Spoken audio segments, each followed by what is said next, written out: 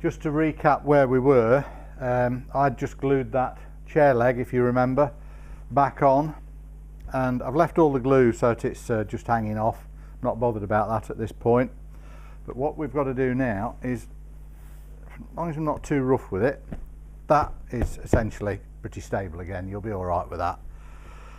But it's not strong enough for a long time use. So what we've got to do here is we've got to remove this trim. I think it's called gimp actually. I'm not an upholsterer, but I think they call it the gimp. And then take that off, and then underneath there you'll normally find nails that are holding this in tension. So I'm just going to carefully pull this away, because normally it's glued, and in doing this, in taking this off, I try and keep it so that all of where the gimp's been put on, it's folded and then brought back over itself over there, and then folded again and brought back. And so I'm going to try and keep this all intact and then peel the layers back. There's very often a lot what they call a tiny little tack or pin holding the bottom corners. Well, you don't want to bruise the wood, but you don't want to really make a mess of the gimp either. Oh, that's it, it's just coming off now. So what we've got, there you go, look, tack there, and a tack there. So this is going to take me quite a while, because I don't want to have to take this to an upholsterer. So what I'll do is I'll unpick it from there around to about here, and then what I'll do is I'm going to fold it back, all the layers, and I'll find, hopefully I'll find that underneath this top layer there will be another protection layer. It might be hessian, or it might even be calico, but then under that there's normally a roll along here that's been pinned in place, and then the packing in between. But we'll see. But let's unpick it first, and I'll catch up with you again in a bit.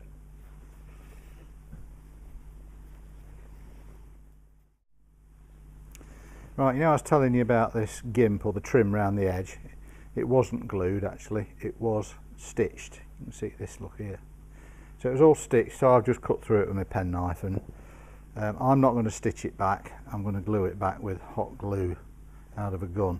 So here we've got the top layer, and as I said, underneath this is like a felt packing underneath, but nowadays they use like a, I think they call it calico. Forgive me, I'm not an upholsterer, but I think it's calico. So you've got top layer, then you've got the wadding, then you've got the liner, and then, you know, I was telling you about this roll. Well, this roll here is so that you don't get the side of your leg digging into wood or anything.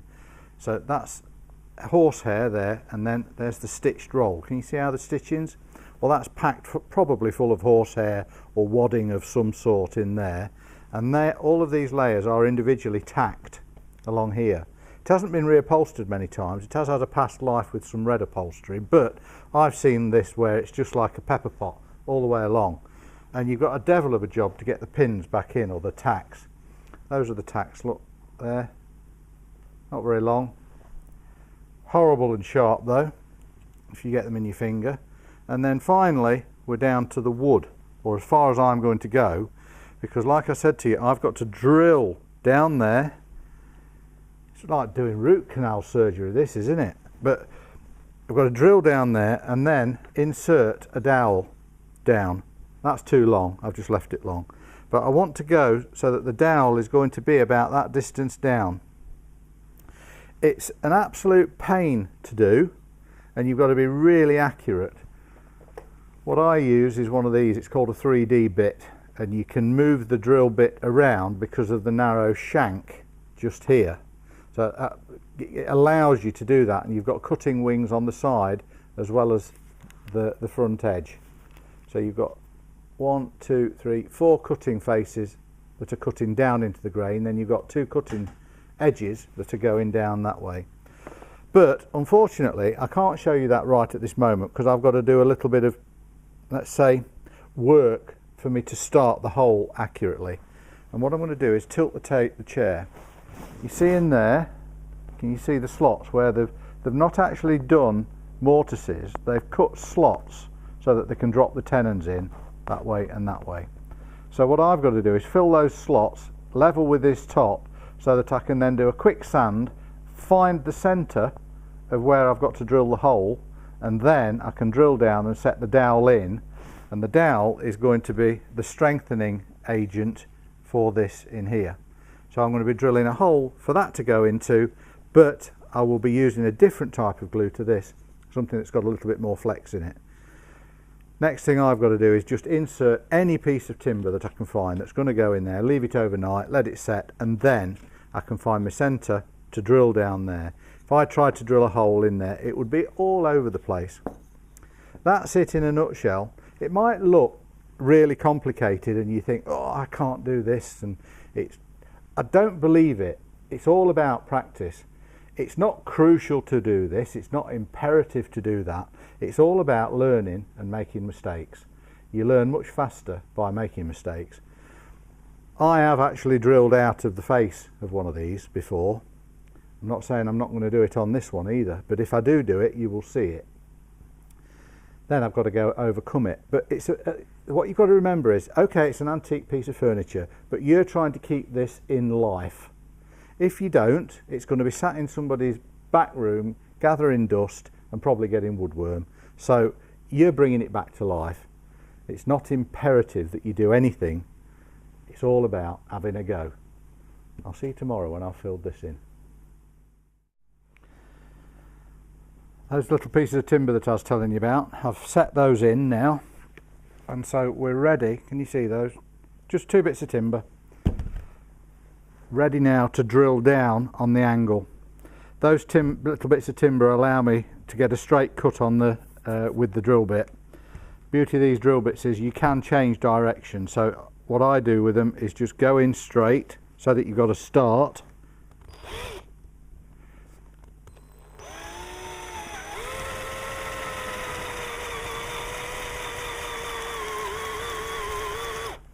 Right, okay, now I've got to try and get the right angle.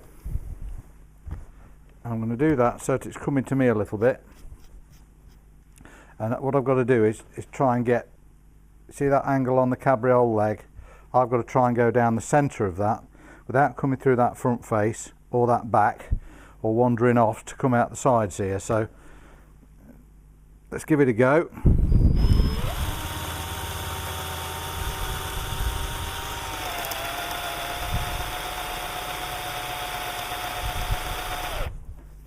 Every now and again, just check that you're on the right plane.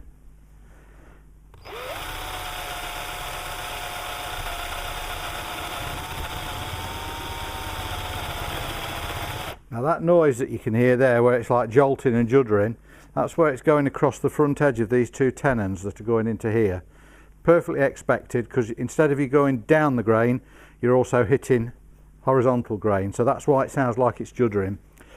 Every now and again, blow out the top like that and pull out the rubbish, and make sure that you're still, so that the shank of the drill is still central of the hole. If you remember, this is a 3D bit and you can change direction, but as long as that drill shank is in the centre of the first hole that you made and you're still at the right angle, fingers crossed, you should be all right.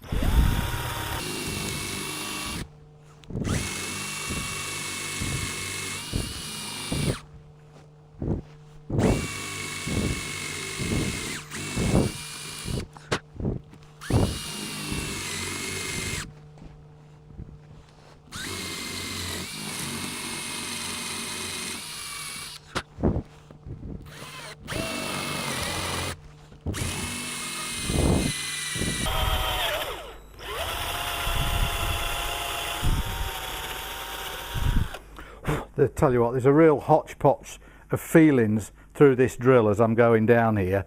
It's trying to do this, it's trying to do that, it's having a right little disco dance, this drill bit is. But fingers crossed, we'll get the dowel in a bit.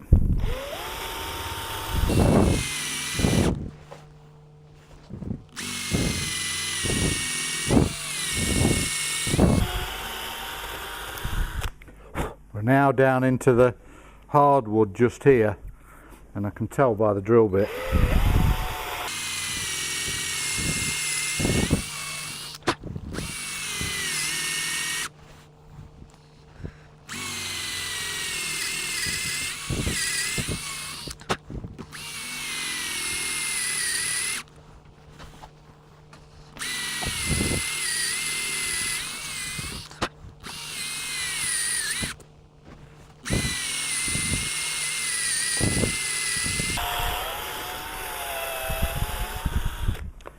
Okay, that's as far as I'm going to go with that. Get the debris out the bottom.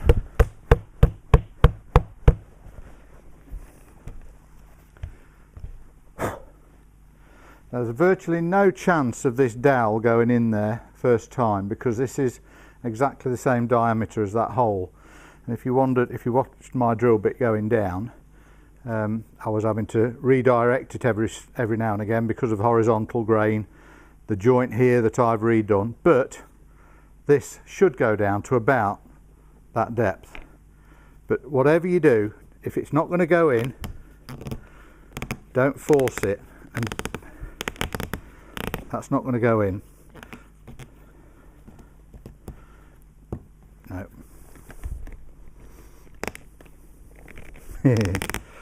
Come out, you beggar.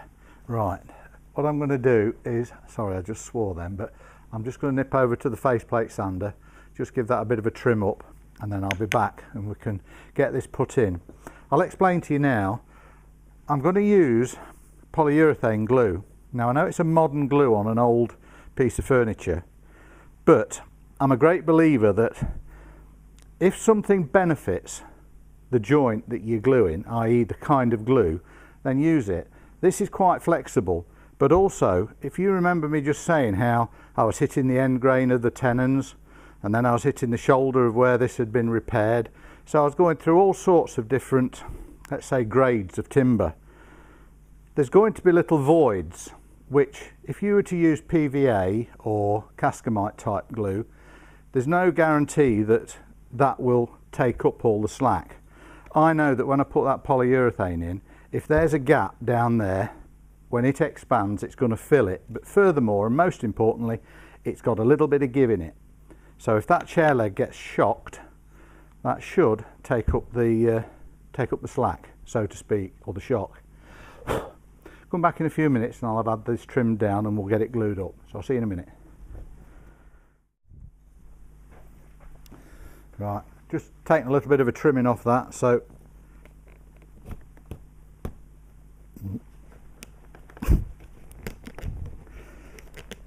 it says that's supposed to be slacker, not tighter. There we go. Right, I'm going to risk it now.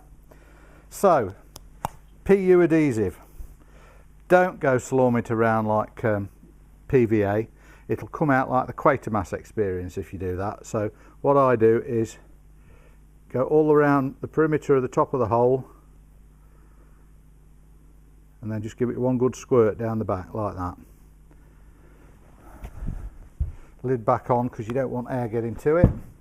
Now when you push this in, turn it, and then what that's doing is it's getting glue on all of the faces as you go down.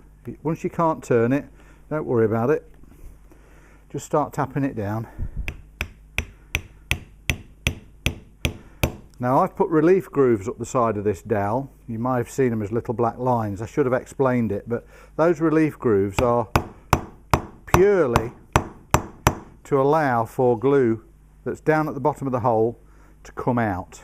Because as I'm tapping it, what you can do, if you tap this too hard, you can actually break open the joint. So if you put the relief grooves in, especially with Cascamite, you will allow the glue to come up.